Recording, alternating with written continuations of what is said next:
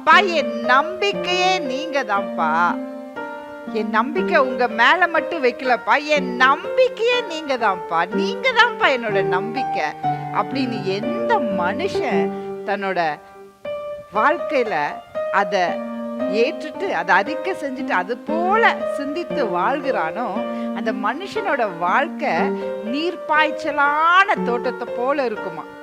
ஒரு ஆற்று பக்கத்துல பார்த்தா தண்ணீர் எல்லாம் இருக்கிற இடத்துல பார்த்தா இலைகள் எல்லாம் அப்படி பச்சை பசேல்னு காணப்படும், அங்க வறட்சியே இருக்காது. ஆனா இந்த வசனத்துல பார்த்தா வறட்சி வந்தா கூட கவலை இருக்காதான், உஷ்ணம் வந்தாலும் துக்கமோ சோகமோ எதுவுமே இருக்காதான். ஒரு பேலன்ஸ் ஸ்டேட் ஆஃப் மைண்ட், ஒரு இமோஷனல் ஸ்டெபிலிட்டி. கர்த்தர் மேல நம்ம பாரத்தையும் நம்மளோட நம்பிக்கையும் நம்ம வைக்கும்போது, அவரே நம்மளோட நம்பிக்கையா இருக்கும்போது நீர்ப்பாய்ச்சலான தோட்டத்தை போல இருப்போமா, எல்லா காலங்களிலும் கனி கொடுப்போமா. எப்படியாப்பட்ட சூழ்நிலையா இருந்தாலும் கனி கொடுத்துட்டே இருப்போமா. இன்னைக்கு நம்ம அப்படி இருக்கோமா?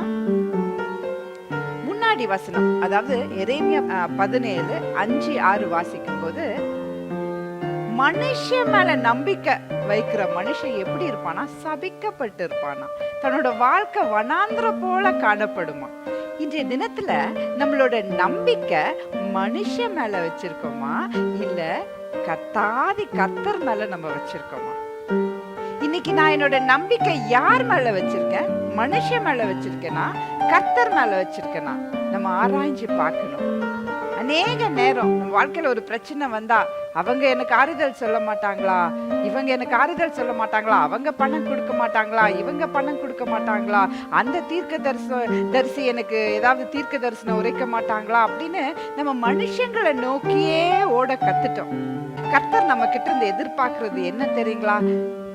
கர்த்தர் மேல் நான் நம்பிக்கையை வைக்கணும். கர்த்தரே என் நம்பிக்கையா இருக்கும்போது மட்டுமே நான் நீர்ப்பாய்ச்சலான தோட்டத்தை போல இருப்பேன். உஷ்ணம் வந்தாலும் என் வாழ்க்கையில கவலை இல்லை, வறட்சி வந்தாலும் என் வாழ்க்கையில துக்கம் இல்லை, எல்லா காலங்களிலும் கனி கொடுக்கிற ஒரு மரமா நான் காணப்படுவேன். ஹல்லேலூயா.